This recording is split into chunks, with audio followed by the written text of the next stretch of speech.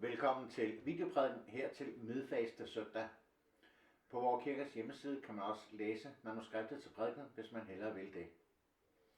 Lad os ønske for hinanden, vor Herres Jesu Kristi nåde, Gud, vor Faders kærlighed og Helligåndens fællesskab være med os alle. Amen. I Jesu navn. Amen. Lad os bede. Herre vor Gud, himmelske Far, du som ved din søn i ørkenen rigeligt bespiste tusinder med 5 brød og 2 fisk. Vi beder dig, vær også nådig hos os med din velsignelse.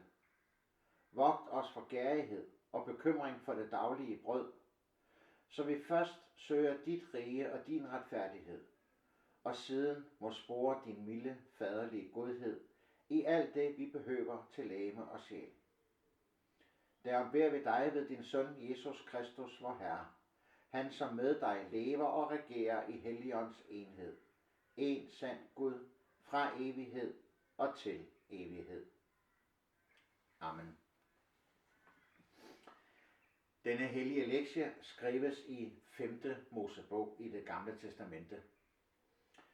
Moses sagde til Israels folk: alt det, jeg i dag befaler dig, skal I omhyggeligt gøre, for at I må leve og blive talrige og komme ind og tage det land i besiddelse, som Herren lovede jeres fædre.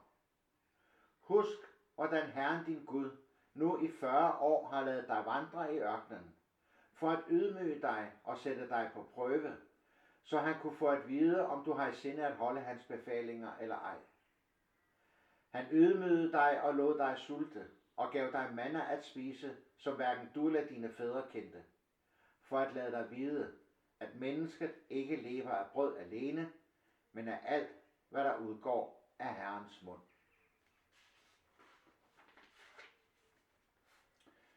Epistlen skriver apostlen Paulus i 2. Korintherbrev i det Nye Testamente. For husk, at den, der sår sparsomt, skal også høste sparsomt.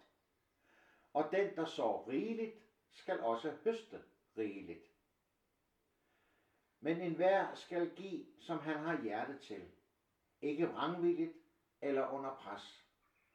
For Gud elsker en glad giver.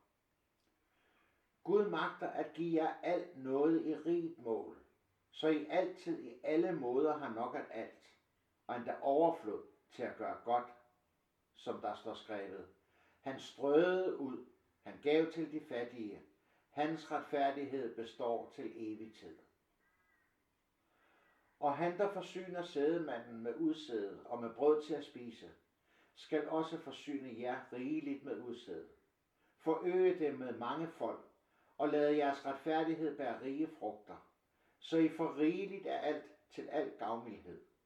Og det er en gavmildhed, som fører til taksigelse til Gud gennem os. Dette hellige evangelium skriver evangelisten Johannes, og Gud være lovet for sit glædelige budskab. Derefter tog Jesus over til den anden side af Galilæas sø, Tiberias sø. En stor folkeskare fulgte ham, fordi de så de tegn, han gjorde ved at helbrede de syge. Men Jesus gik op på bjerget, og der satte han sig sammen med sine disciple. Påsken, jødernes fest, var nær. Da Jesus løftede blikket og så, at en stor skare kom hen imod ham, sagde han til Filip: hvor skal vi købe brød, så disse folk kan få noget at spise? Men det sagde han for at sætte ham på prøve, for selv vidste han, hvad han ville gøre. Filip svarede ham: brød for 200 denarer slår ikke til, så de kan få bare en lille smule hver. En af hans disciple, Andreas, Simon Peters bror, sagde til ham: der er en lille dreng her, han har 5 bygbrød og 2 fisk. Men hvad er det til så mange? Jesus sagde: få folk til at sætte sig. Der var meget græs på stedet. Mændene satte sig. De var omkring 5.000. Så tog Jesus brødene, takkede og delte ud til dem, der sad der. På samme måde også fiskene, så meget de ville have. Da de var blevet mætte, sagde han til sine disciple: samle de stykker sammen, som er til overs, så intet går til spilde.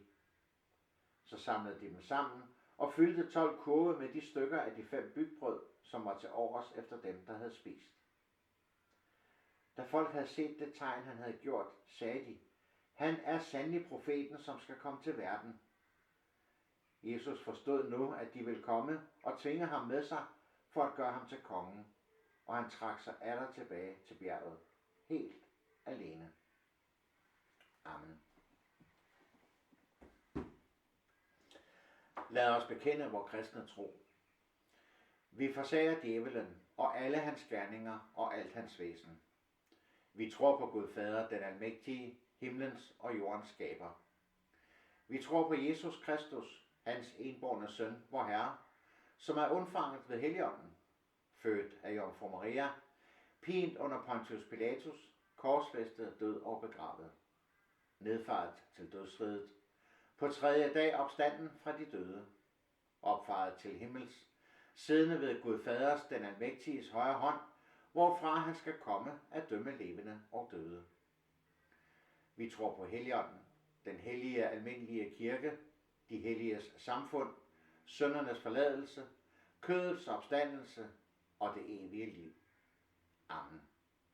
Lad verden ej med al sin magt os rokke fra vor dåbespagt, men giv, at al vor længsel må til dig alene stå.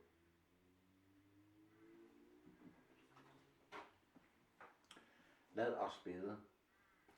Herre Jesus Kristus, vi beder dig, at du vil give os både ord og brød. Vis os, at vi kan ikke leve kun af det ene. Derfor tager du også hånd om os til både sjæl og legeme. Du, der er ordet, og du, der er brødet ved bordet. Amen.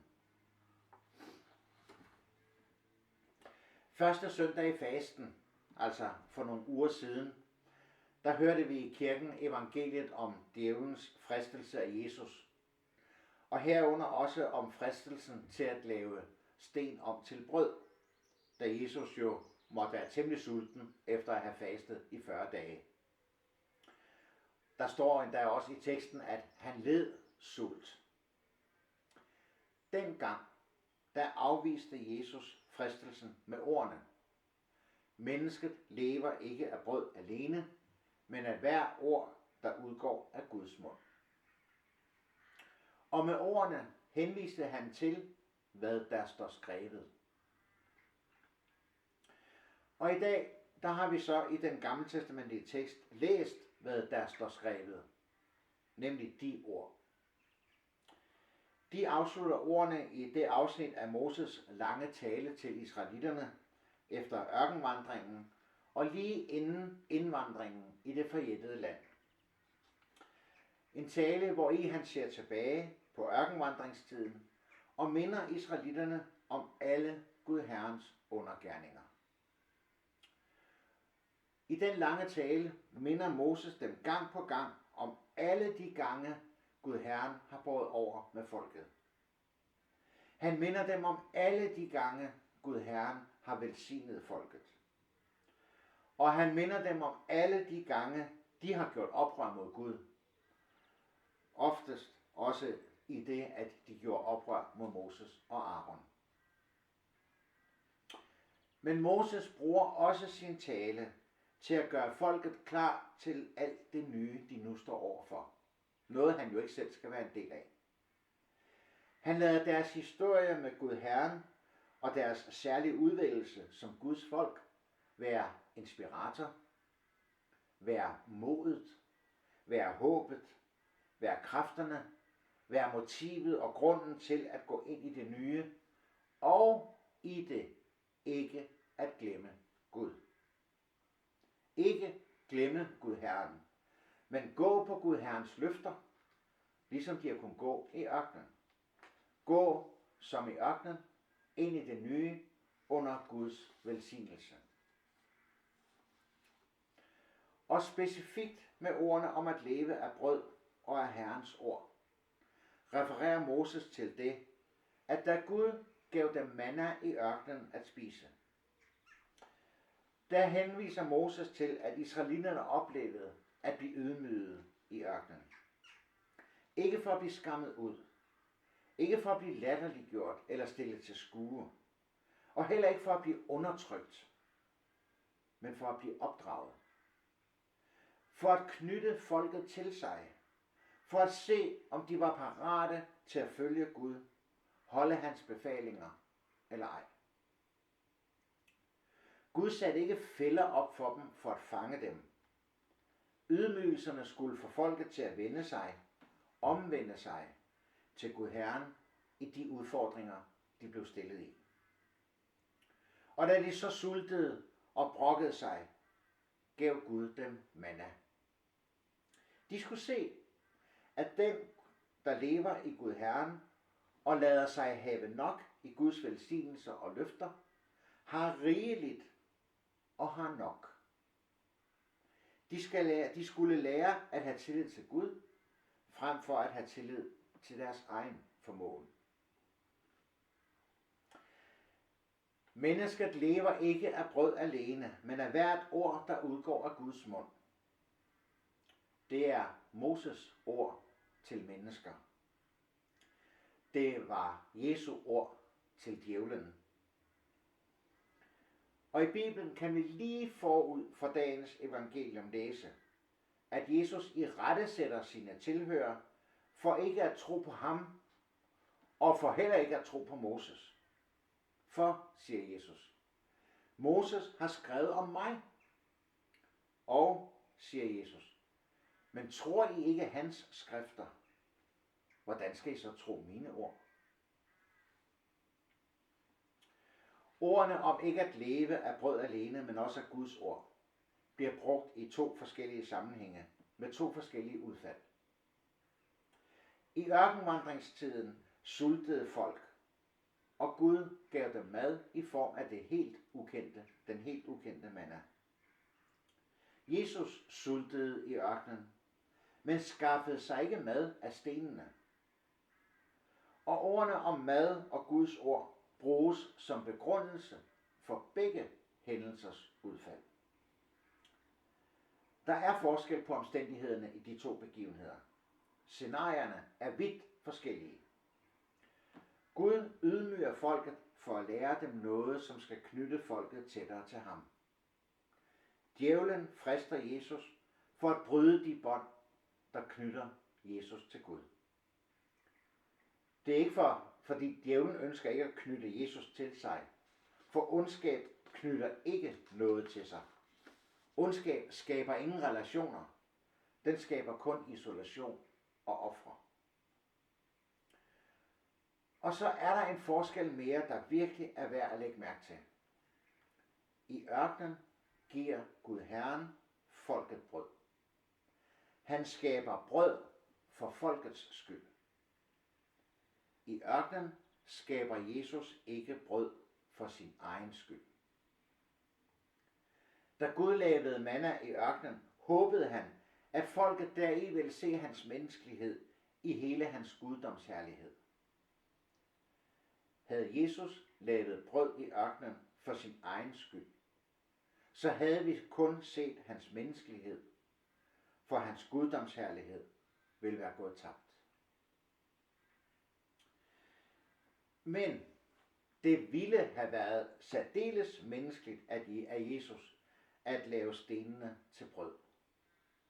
For det er så menneskeligt at tænke på sig selv og handle for sig selv. Det er så menneskeligt at tænke på nuets behov og eget behovs tilfredsstillelse. Det er så menneskeligt at se sig selv først og redde sin egen bagdel. Det er så menneskeligt at se begæret som nødvendigheden.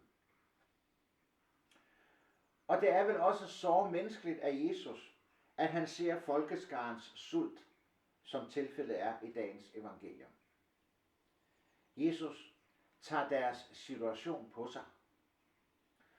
Og kan man klandre folkeskaren for at stemme sammen om Jesus? De har hørt ham fortælle. De har set ham helbrede syge. Det er jo en fantastisk fortælling om, at mennesker bliver fanget og fascineret af Jesus. Altså helt ærligt, det er enhver præst og enhver menigheds ønske, at mennesker flokkes om forkyndelsen, om troen, om fællesskabet, om kirken. At det med Jesus gør noget ved mennesker. Det kan vi da ikke have det mindste imod. Det er jo derfor, vi virker som kirke. Og det er helt naturligt, at Jesus tager sig af alle sine tilhængere. Altså helt ærligt, vi kan da ikke klandre dem, at de vil gøre ham til kongen. Jesus gør et under ved at bespise denne folkemængde med de 2 fisk og 5 brød. De 2 fisk og 5 brød, som en lille dreng har i sin madpakke, og som han tilbyder Jesus. Dette under forklares nogle gange med, at underet det ligger i, at Jesus ved at tage imod drengens gave og offer, får kaldt det frem i hele forsamlingen at dele med hinanden.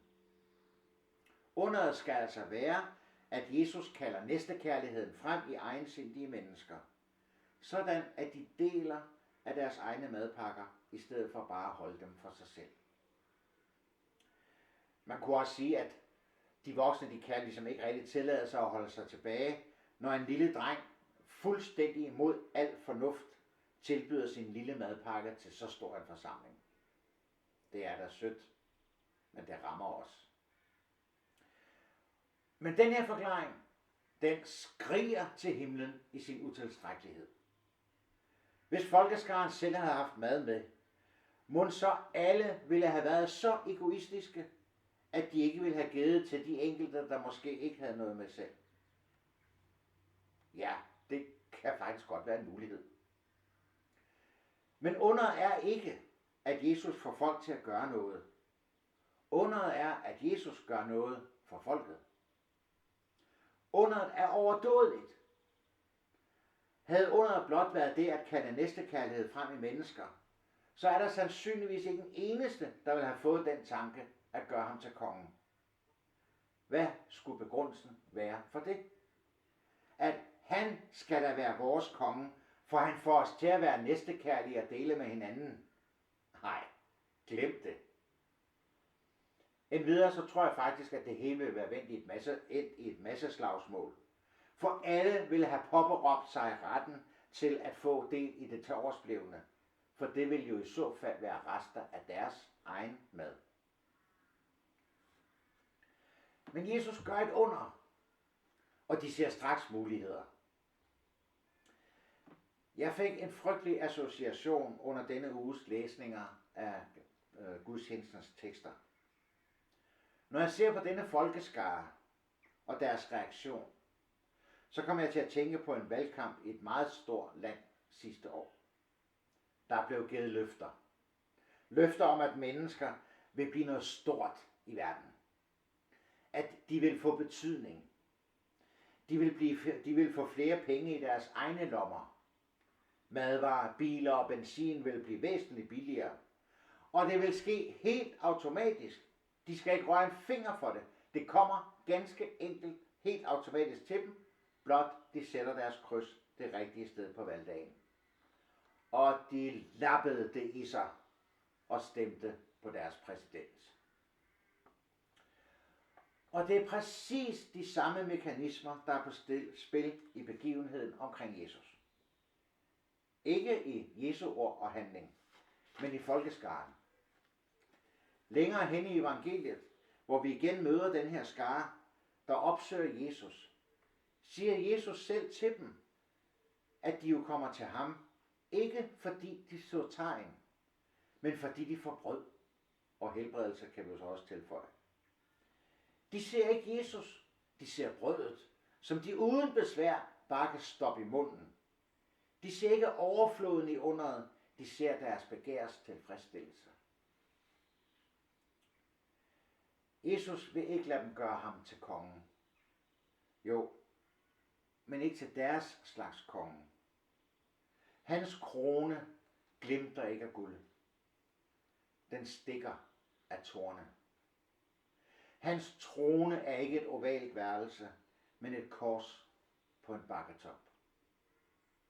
Hans gerning er ikke begærets tilfredsstillelse, med næstekærlighedens gerninger. Livet er ikke for egen skyld, men for de andres skyld. Livet er ikke kun brød, men også Gud. Brødet er ikke Gud, men Gud giver brødet, fordi han også anerkender vores legemlige behov. For Gud er nemlig både guddommelig og menneskelig. Det er han i Jesus. Han, der ikke handlede for sin egen skyld. Han, der i alt pegede på en anden, nemlig på sin og vores himmelske far. Og han viser os, at når vi tager stole på Guds ord, lever både af brød og ord, så er velsignelserne så langt mere overdådigt, end det er overhovedet muligt at forestille sig. Og i nadveren forenes ordet og brødet for vores skyld. Vi skal denne søndag synge som opfølgning på prædiken salmen Hil dig frelser og forsoner.